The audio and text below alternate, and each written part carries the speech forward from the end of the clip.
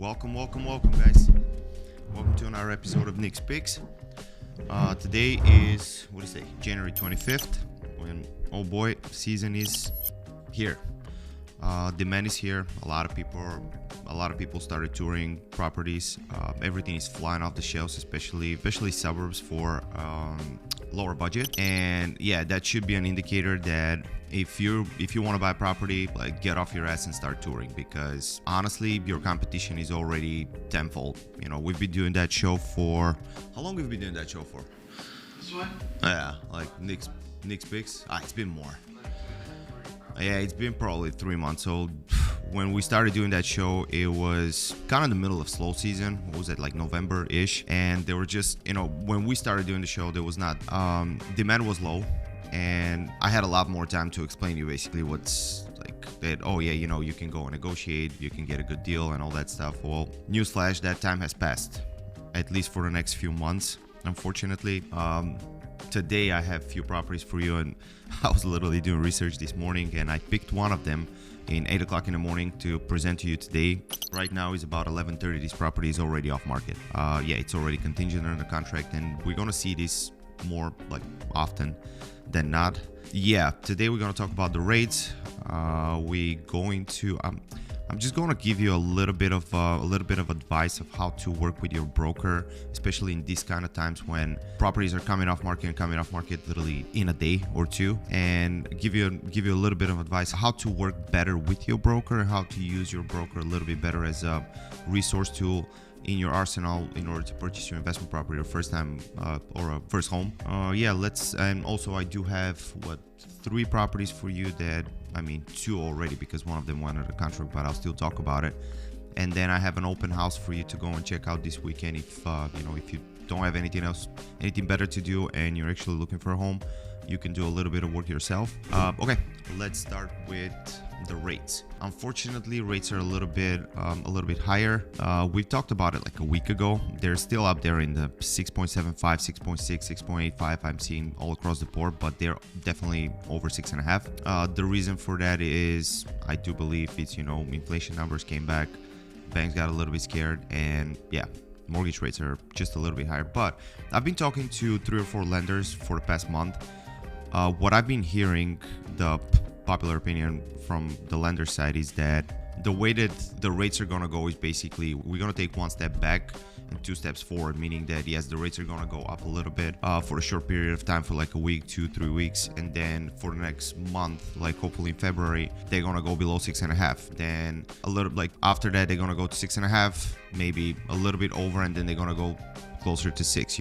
Basically that's what 1 step back, 2 steps forward mean for them. Can we be absolutely sure that this is going to happen? No. We're all hopeful, the lenders are hopeful. We're all there. just hoping for it. But spring season is here, and spring season in real estate doesn't mean the weather. It means that a lot of people's leases are up and first-time home buyers are flocking the market. That's the reality. So if you're looking for an investment property under $300,000 in anywhere, basically, so now just that this your competition is not other investors, it's not the sellers, it's first-time home buyers. And first-time home buyers are willing to overpay for properties by much, which kind of offsets your underwriting. And if the deals don't pencil out at some point, there's no point of buying them. Now that we cover the rates, let's talk about how to utilize a broker a little bit better, especially scheduling showings. Right now, every single broker schedule is getting filled pretty quick. So now the time that, can we see another 6 properties even though we schedule 2 on Saturday or Sunday, it's kind of gone. And don't be mad at the person for doing his job, because the reality situation is you're not, like, let's say if I have a client, which actually happened to me this week. I don't have only one client. I don't work only with one person. I work with like 25 people at a time, which are actually motivated, legitimate buyers. And since Monday, today's Thursday, since Monday, my schedule for Friday, Saturday, and Sunday has been packed. Like, we're talking about from 9 in the morning until like 5:30, 6 o'clock in the evening. And I organize my schedule in a way that I can help everyone, and I can show every person who requested whatever they wanted to see or whatever that I send them. They said, hey, I like X, Y, and Z. I want to show X, Y, and Z. Perfect, let's go. You have a time spot between 1 and 3 o'clock. Like, if you want to see something else, let's say something else pops up on Friday morning and you're like, oh, can we add these 2 units on Friday for tomorrow? Unfortunately, the answer is no. You know, if something changes in my schedule, of course, if I have time, I can try to reorganize a little bit. Absolutely. But most likely no, because again, don't get mad at your broker. Like, they're doing their best. Contrary to the popular opinion, is like brokers are not sitting on their asses like 24/7 and not doing shit, you know. Like, this is not like whatever selling Sunrise or whatever the fuck that show is called on Netflix. I don't even know what it's called. That like we're drinking champagne and like you know, having coffee with friends 24/7. No, it's actually a grind. Like, I need to wake up at like 7 o'clock in the morning, like do my daily routine, and then leave the door at 8 o'clock and come home at like 7:30 at night.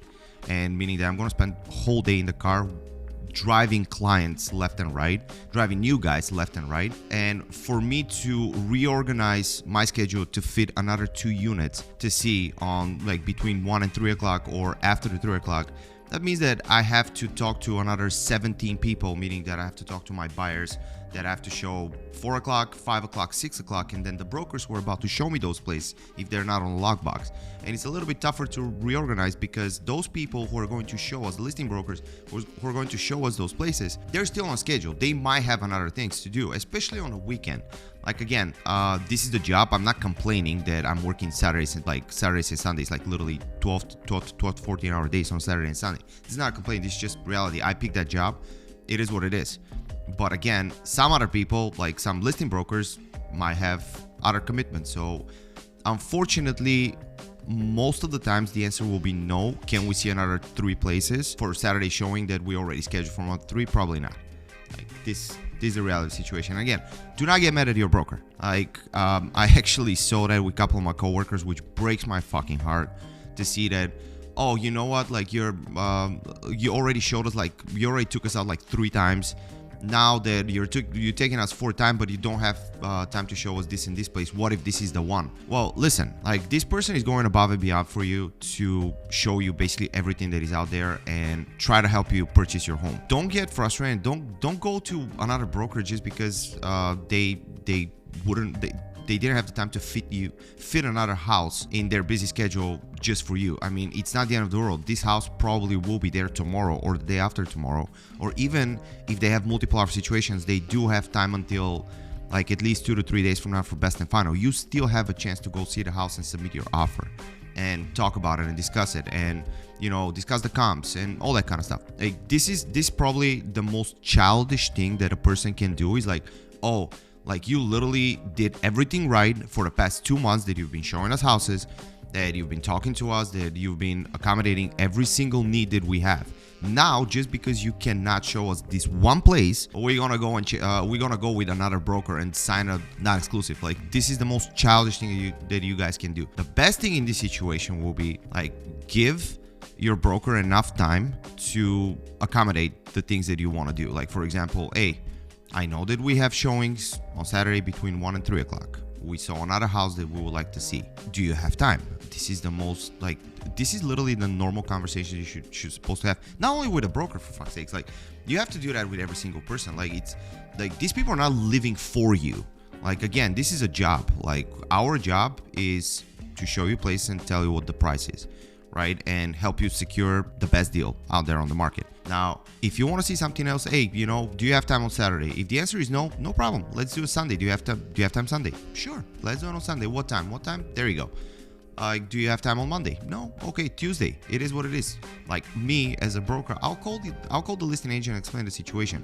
They're people too. They're not going to be like, oh no, absolutely not. Like, Saturday is the only time that you'll be able to see it.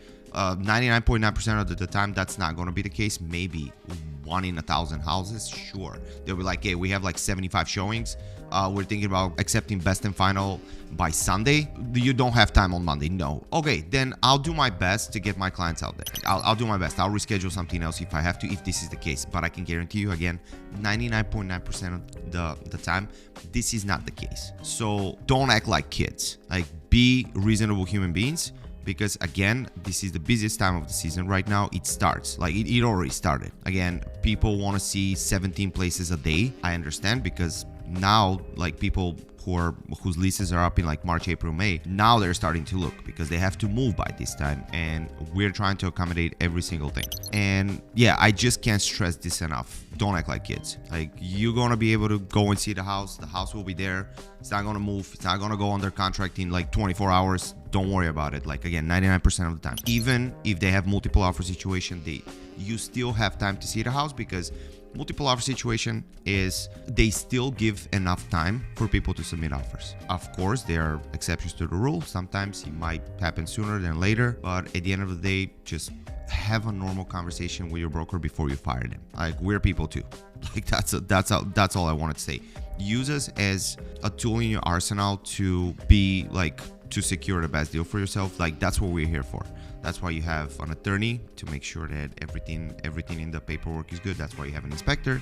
That's why, like, you have so many people working for you and with you for this transaction to happen, for you to buy your home. Just make sure you treat these people as like normal human beings, not as trash. Like, respect time. Like, this is one of the most important things in this business for me specifically, is my time. And if you're dragging me out to see 17 places and in 3 days, and you're not even willing to submit an offer, this is not good. Like, listen, like, we have to have a serious conversation. Like, why? Like, why are we seeing these 17 places? I understand that you want to compare things, you want to do this, you want to do that. But again, if you see 17 places and then you stop answering your phone for 2 weeks, and then you want to see another 10 places, this is like, it's a little bit confusing for me, because like, what are we doing? Like, you're basically wasting my time. Are you going to submit an offer? Are you actually serious about buying? Again, this is what I wanted to say about like respect, like working with your broker a little bit better. Give more notice, especially right now. This is the most important thing. Give me at least 24 hours before you want to schedule something else. 2 days, like 48 hours is even better, but at least 24 hours if you want to add something to schedule, or if you want to see something on a short notice. It's a little bit tougher, especially weekends. Weekends are our busiest days of the week, because we don't work like normal people. We literally work 24/7, 12-hour days. Like, I mean, not 24, like 12-hour days, like basically every single day of the year, if possible, because this is how we make money. We work on commission. We're not a corporate job like I don't know, Redfin or whatever they are. We don't get paid salaries. We get paid commission. So yes, I want to go and show you houses. Absolutely. This is my goal. I want to go show you houses. I want you to submit offers. I want you to get the best deal possible, because when you do, you're going to refer me to somebody else. 95% of our business is referrals, and this is my goal. Believe me, as a broker, I don't want to screw you over. I don't want to just say like, hey, you know what? Pay whatever you want to pay and just move on with it. No, like, my job is to get a 5-star review from you, like on Zillow or whatever it is, for you to recommend me on your friends. When your friend wants to buy a house, be like, hey, that's the guy. He helped me. He's a freaking awesome guy. Like, go. That's my goal. I want your business. I want your connections. I want all of that, just like every other business. But again, do not get frustrated if like you hear the word no, because again, we have to learn how to say no. I'm not going to tell like absolutely no, like piss off. We already did this. Like, we're going to go do this and this. Of course, I'm going to try to accommodate. But again, don't get frustrated if you hear the word no. It happens sometimes. It's real life. Grow up. Let's move on to the picks of this week. What I have, like I said, I had 3 for you this morning. Now there are 2, because one of them is already under contract, which I'm assuming that the first one that I'm going to present to you is 6076 Fremont Drive, Hanover Park. Again, this one, a little bit overpriced. I ran the counts this morning. It is a little bit overpriced, but it looks in a pretty decent condition. Beautiful kitchen. Like, square footage is not quite there. It's not over 1,000 square feet, but again, it's in a really good condition. It looks really good. This will be perfect for a rental. It is a little bit overpriced, like I keep saying, but during spring season, you are not able to get winter prices. Like, get it off your head. So if you want a deal, this is not the time for you to look for a deal. Right now is early bird gets the worm, or whatever the fuck they say. I don't know. yeah, like get there first, submit the highest offer that you can submit. If they're not multiple offer situation, probably you might be able to get a little, like few $1,000s under, which is very uncommon, because most likely there will be multiple offer situations. Most likely there will be best and final in like a couple of days. So no, you're not going to be able to get away with for $2,020 property, 220K property, to get it for like 210. It's just not going to happen. Like, get it out of your mind. Don't waste your broker's time. Don't waste like anyone's time by going there and lowballing the hell out of him, because it's just not going to happen. Now, this specific property, it's even worth buying at 220, because you'll be able to at least make $100 on the rent. Like, that's what's going to happen if you go there, buy this. Again, I haven't been inside physically. I'm looking at the photos. Just by looking at the photos, I don't think that there will be any renovations necessary here. Maybe paint, maybe. I can't tell by the photos, but even like, you know, if you want to get rid of that horrible green color on the walls, sure, it's not the end of the world. But everything else looks in decent condition. Kitchen, floors. I don't see any photos of the bedrooms.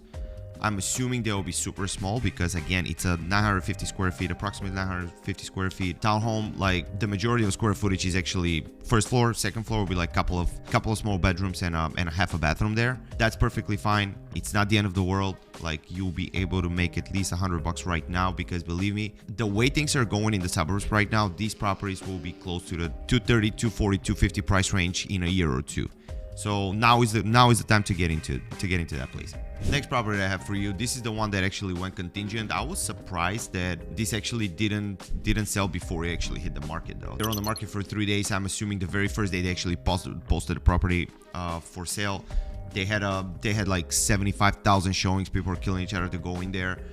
They received multiple offer situations on the very first day, and yeah, I'm surprised that the broker actually didn't put best and final by today, because literally I was looking at this property this morning at 8 o'clock, and at 11 o'clock it already went contingent. Some listing agents don't even bother putting multiple offers already, because like, what's the point? You know, if they have like 6 offers there and they're already around like the 210, 215, even 220 range for this place, like, what's the point of posting everything? You know, if somebody requests a showing, they just gonna tell them like, hey, listen, it is what it is. Like, you missed on it.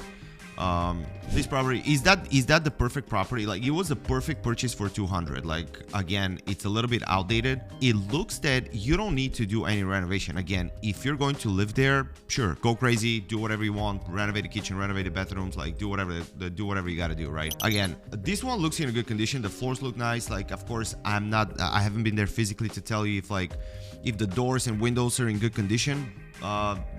Judging by the photos, this place was built in 1987. They probably haven't been changed since then. But actually no, I'm an idiot. Look at that. I should have read that. Windows 2022. Windows and doors 2022. So that and windows and doors 2022. Furnace 2023. AC and water heater 2014. Like, literally, you go in there, like, this is a turnkey property. Like, you can buy it for, you can even give him like, I don't know, $210,000, $215,000, and it's still going to work for you, because this is such a low maintenance property, because the majority of the capital expenditures are already being fixed, like windows, AC, furnace, doors, water heater, all of this stuff that is going to cost you money long term in general. This has been replaced. Like, the only thing that you have to do is probably put another $5,000-$6,000 in the kitchen and get some open box appliances from Home Depot, and yeah, like, you're good to go. Like, this probably will, all of this stuff being done, you don't have to do, I mean, of course, who can predict, but generally speaking, you don't have to do anything for the next 15 years in this property, which this is going to be the perfect investment for you. Again, this is why this property received multiple offers on the very first day. This is why.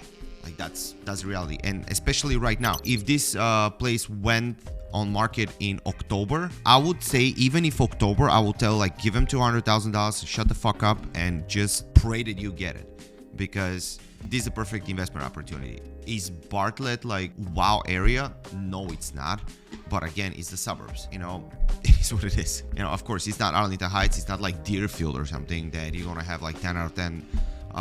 Buffalo Grove and Deerfield, you have 10 out of 10 schools. No, it's not. But again, renters will pay money for this, and this is the reason that you're buying an investment property. If you want to buy for yourself, absolutely. Like, if you want to live there like 5, 6 years, 7 years, whatever it is, like, make it super nice. eventually the rents there are going to make you probably $400 to $500 a month, even if you put 5% down in 5 years, the way things are going. All right, next property I have, like, it's a little bit unusual for me. I don't even have a photo for this property. The reason I'm saying that is because of the comps. So this is on private market. It's 3 bedroom, 2 bathroom. There is absolutely no information for this place, absolutely none. Now I'm going to show you why I think that this is actually worth having a conversation about. Is when you look at the comps for this property. So let's see what's been selling there for, let's say, the past 2 years. Like, of course, these are not relevant comps for 2 years, but let's just see what's going on there. Or let's just do 12 months. It's a lot easier. So in this, like, I'm assuming that this right here will be,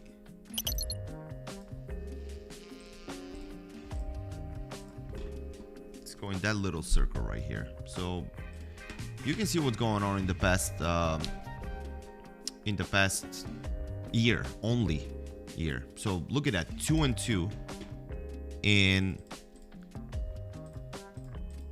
horrible condition. Like, these are old carpets, like everything is basically outdated as hell. Like, it looks like my grandma's graduation dishwasher. Somebody gave it to her as a graduation gift. Like, look at the stove, probably 1950 or whatever the fuck that is. I mean, this is built 95, so yeah, probably 95. Like, it's been sold for $222. 6 days on market in September. This one is a 3 bedroom, 2 bathroom, is selling for $220. So even if this place is destroyed from the inside, this is worth buying. Like, whatever it is, this is worth buying. Now, I don't know how bad it is though, but do you have hypothetically 60K? Because 3 bedroom, 2 bathroom. So this one is 1,200 square feet, 2 bedroom, 2 bath. I'm anticipating this wouldn't be that much more square footage right here.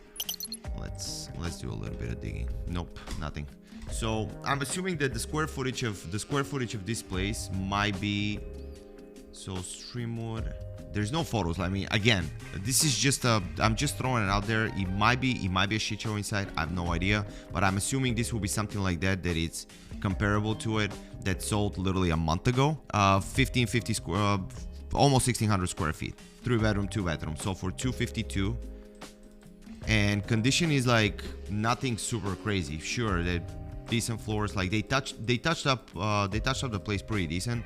I have no idea what the hell is going on with the floors or anything like that. But again, if you purchase this place hypothetically at $220 and you put $60,000 in, which is gonna be pretty much a full gut renovation for this place, which probably needs, that's gonna give you quite the equity there.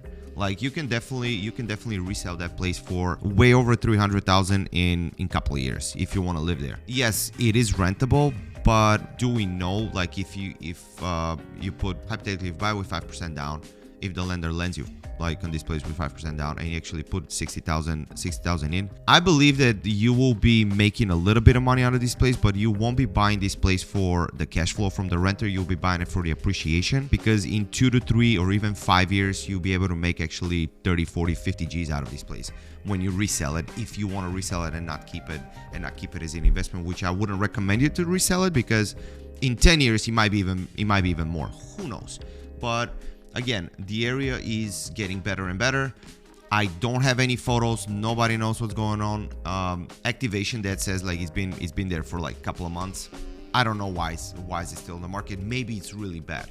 But again, if you have a broker, maybe it's worth checking in. If you're a flipper, maybe that might be a decent flip opportunity for you, especially right now. If you'll be able to do the turnaround in about a couple of months, like maybe let's say 4 months. If you purchase this place in about 30 days, quick close, or even if you buy cash or whatever you want to buy with, and you put the necessary money into it, if you'll be able to turn it around by May, April or May, you might be able to make really, really, really good money, but you have to have extremely dependable contractors for this to happen. Yeah. Again, this is a little bit unusual for me. I would never recommend like something without photos, but I'm just looking at the numbers, and the numbers look pretty good for this place. Now, open house. What do I have for open house today? I saw this that just came on market 3 days ago. A little bit overpriced, 1,200 square feet, 1.5. Good condition though. Like they did a good job with cabinets. They did a good job with, I mean, cheaper countertops. Nothing out of the ordinary, but again, it looks pretty tidy. Square footage is not like wow. Bathroom is not wow because you can see that there's like older tile here. It's very basic. It is overpriced, in my opinion, by a lot, quite a lot actually, like probably 25K. But I haven't been inside. Like, I hate when they close the kitchen like this. When they can open everything up right here, it's gonna look so much better. It's gonna, I personally, that's my personal preference. I really like open concept kitchens, especially in townhouses like this. It makes the place looks bigger, even that it isn't, especially with the high ceilings. It is overpriced by quite a lot, in my opinion. But again, if you don't have anything else to do today, Saturday, yes, you can definitely go and check it out and just do a little bit of walking on your own. You know, if you don't have an agent, like you can actually do, you can actually just go and do open house. Even if you have an agent, like it's it's not against the law for you to go on open house and look at houses, right? Like, because again, agents are not robots. Like, you know, we set you up on automatic. We do everything possible for you to get every single property out there. For example, we invite you to Zenlist. We set you up on Top Agent Network, set you up on private listing market, regular MLS listings. We do research for you almost every day if you're a serious buyer. But again, we miss something, right? So if you receive something like that, or if you just see it and be like, hey, listen, we're gonna go check out the open house. What do you think about it? I can tell you, like, go and check it out. Like, again, it is overpriced.